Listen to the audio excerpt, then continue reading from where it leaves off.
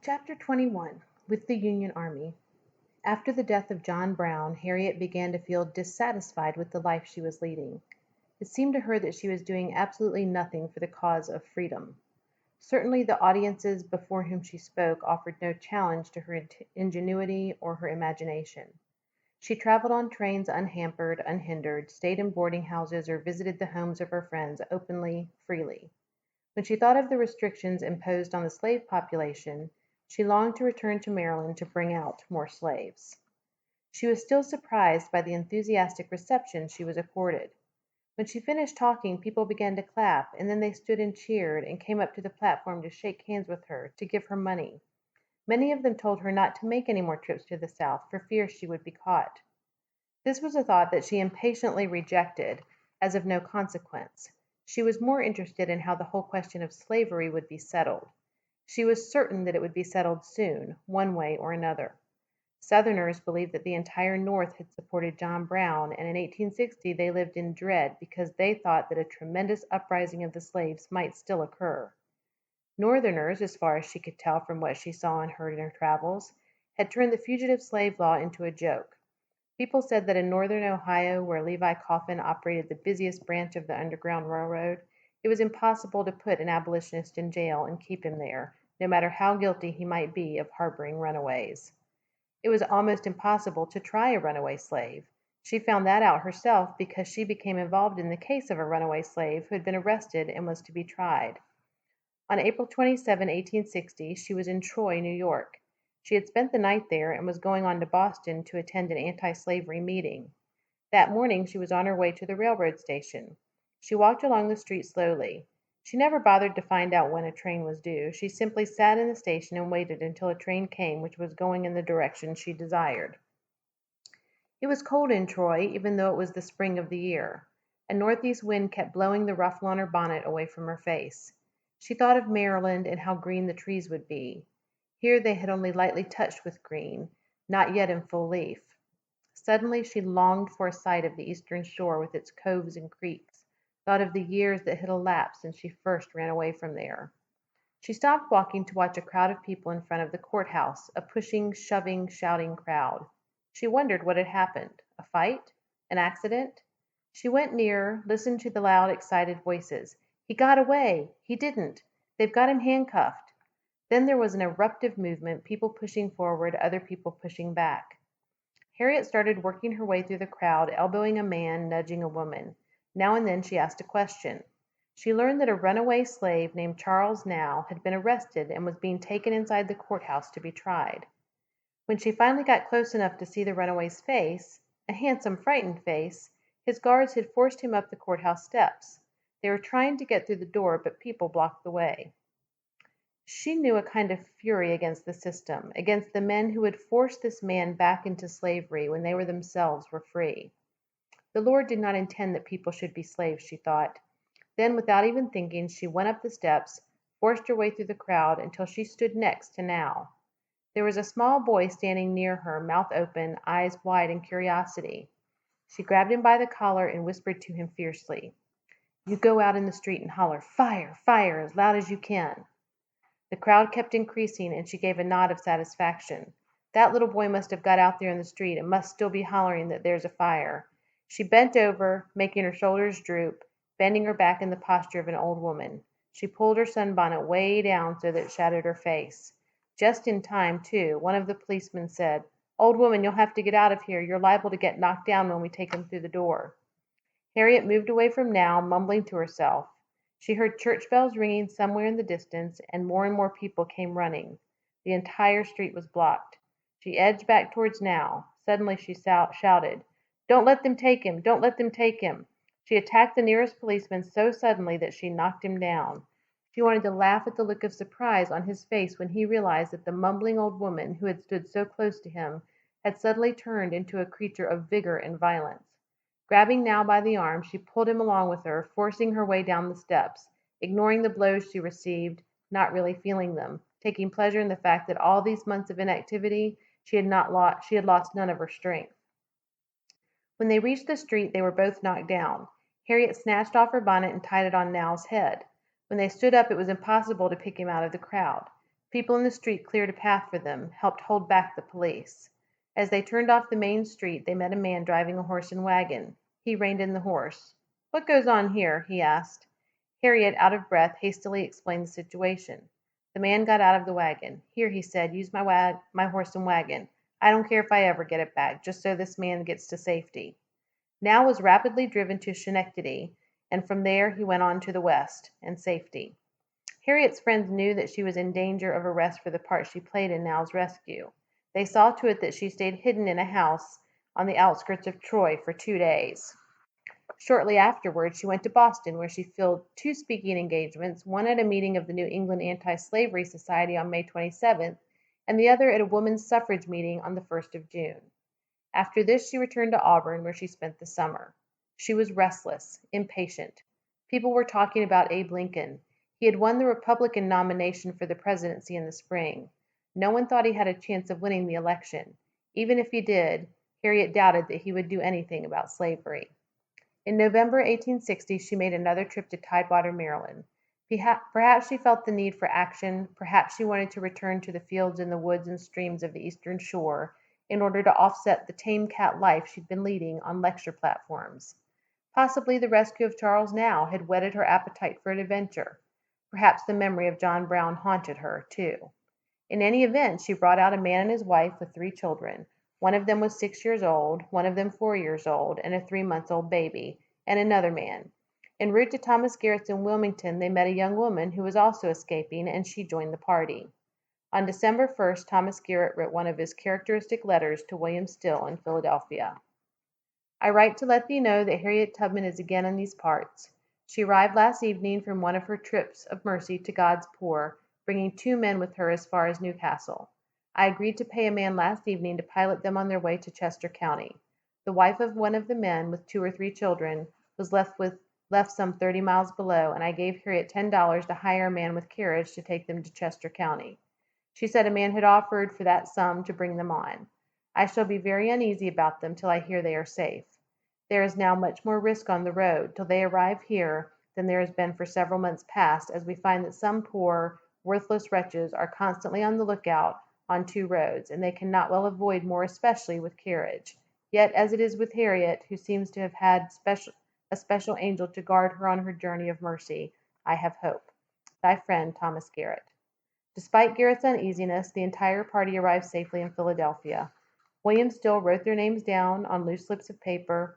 His big notebook had been hidden, for the capture of John Brown's papers and letters, with names and plans in full, admonished us that such papers and correspondence as had been perceived concerning the Underground Railroad might perchance be captured by a pro-slavery mob.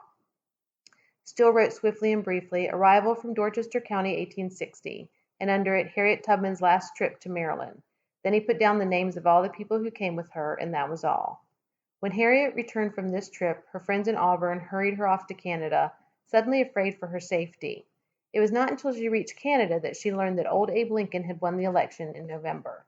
In December, South Carolina seceded from the Union.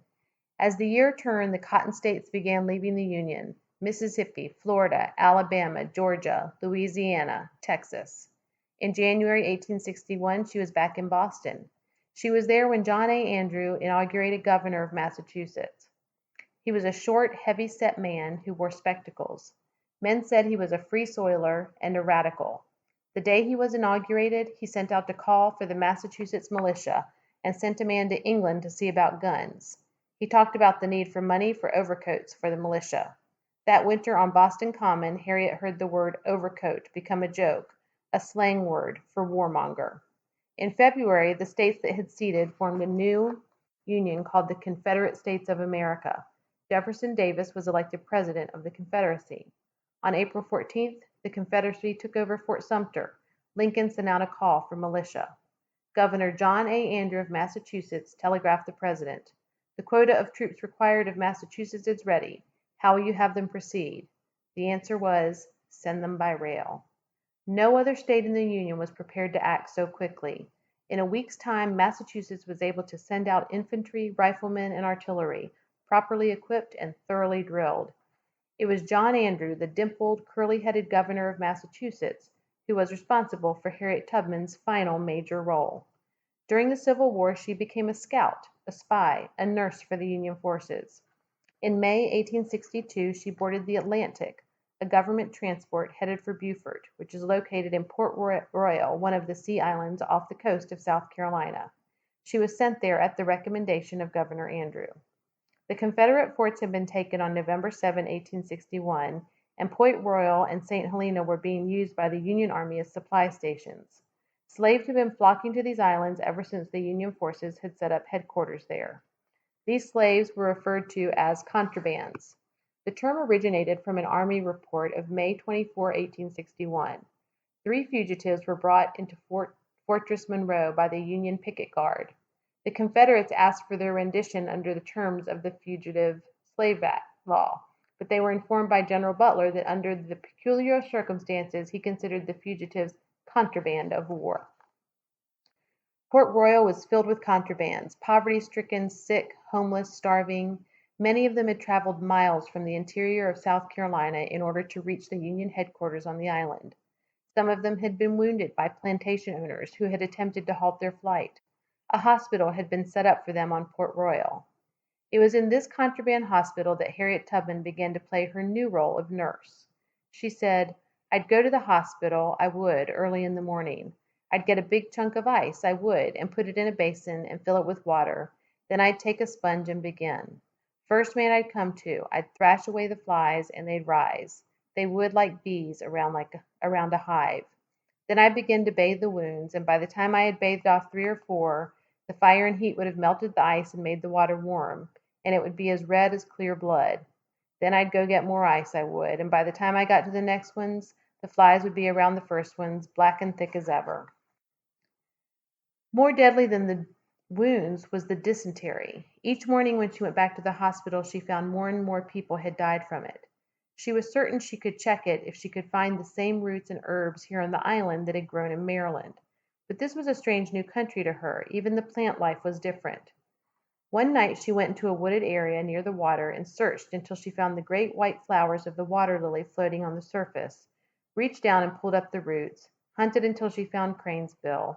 Then she went back to the small house where she lived and boiled the roots and herbs, making a strange, dark-looking concoction. It was a bitter-tasting brew, but it worked. The next morning she gave it to a man who was obviously dying, and slowly he got better. Once again men called her Moses, saying that no one could die if Moses was at their bedside. She soon learned, however, that the contrabands resented her being able to draw rations as though she were an officer or a soldier. They saw no reason why she should be so especially privileged. So she stopped drawing rations.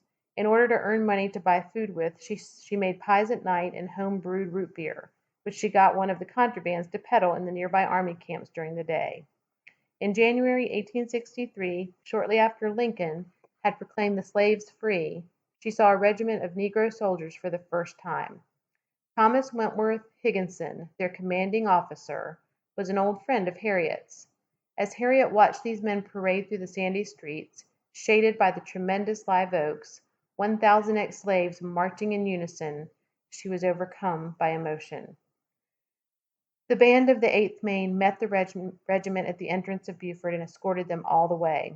She thought that this was the most moving sight she had beheld, a regiment of black, newly freed South Carolinians wearing the uniform of the Union forces, escorted by the band of a white regiment. She knew how Sergeant Prince Rivers, the 6-foot color sergeant of the 1st Carolina Volunteers, felt when he said, "And when the band wheel in before us and march on, my God, I quit this world altogether."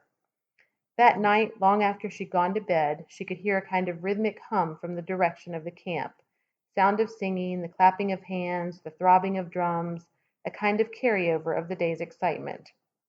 About a month later she started serving as a scout for Colonel James Montgomery, who had encamped at Port Royal with the 1st Detachment of the 2nd South Carolina Volunteers, also composed of ex-slaves. On the night of June 2, 1863, Harriet accompanied Montgomery and his men in a raid up the Combahee River. They had 2 objectives: to destroy or take up the torpedoes that the enemy had placed in the Combahee, and to bring back to Port Royal as many contrabands as they could entice away from the river area. They soon found out that they would not have to entice the inhabitants away. As the gunboats went farther and farther up the Combahee, they began to see slaves working in the rice fields. At first the slaves ran away towards the woods. Then the word was passed around, "Lincoln's gunboats done come to set us free." People started coming toward the boats, coming down the pass, through the meadows, for on each side of the river there were rice fields and slaves working in them. They kept coming, with bundles on their heads, children riding on their mothers' shoulders, all of them ragged, dirty, the children naked. Harriet said that she had never seen anything like it before. Here you'd see a woman with a pail on her head, rice a-smoking in it just as she had taken it from the fire, young one hanging on behind, one hand round her forehead to hold on, other hand digging into the rice pot, eating with all its might. Hold of her dress 2 or 3 more, down her back a bag with a pig in it. One woman brought 2 pigs, a white one and a black one. We took them all on board, named the white pig Beauregard and the black pig Jeff Davis. Sometimes the woman would come with twins hanging round their necks. 'Pears like I have never seen so many twins in my life, bags on their shoulders, baskets on their heads, and young ones tagging behind, all loaded. Pigs squealing, chickens screaming, young ones squalling. They were taken off the shore in rowboats. All the contrabands tried to get in the small boats at once. Even after the boats were crowded, they clung to the sides of them, holding them fast to the shore. The men rowing the boats struck at their hands with the oars, but they would not let go. They were afraid they would be left behind. Finally Montgomery shouted from the deck of one of the gunboats, "Moses, you'll have to give 'em a song." Harriet sang, "Of all the whole creation in the east or in the west, the glorious Yankee nation is the greatest and the best. Come along, don't be alarmed. Uncle Sam is rich enough to give you all a farm." As each verse ended, the contrabands threw up their hands and shouted, "Glory, glory, glory!" Immediately the small boats pulled off, hurriedly unloading their passengers on the decks of the gunboats. They came back and got more. After the small boats were filled, Harriet had to sing again and again until they got all 750 contrabands on board. Shortly afterward Harriet had someone write a letter to Franklin B. Sanborn in Boston asking for a bloomer dress because long skirts were a handicap on an expedition. Sanborn was at the time editor of the Boston Commonwealth. He made a front-page story of the Combahee raid and Harriet's part in it. It appeared Friday, July 10, 1863. Colonel Montgomery and his gallant band of 300 black soldiers, under the guidance of a black woman, dashed into the enemy's country, struck a bold and effective blow, and brought off nearly 800 slaves. Since the rebellion, she, Harriet, has devoted herself to her great work of delivering the bondmen with an energy and sagacity that cannot be exceeded. Many and many times she has penetrated the enemy's lines and discovered their situation and condition, and escaped without injury, but not without extreme hazard. During the winter of 1859–60, when Abraham Lincoln was campaigning for the Republicans in the New England states, he spoke of the reason for the difference in the point of view of the South and the North. In Hartford, Connecticut, he said, "1/6 of the population of the United States are slaves, looked upon as property, as nothing but property. The cash value of these slaves, at a moderate estimate, is $2 billion. This amount of property value has a vast influence on the minds of its owners, very naturally. The same amount of property would have an equal influence upon us if owned in the North. Human nature is the same. People at the South are the same as those at the North, barring the difference in circumstances."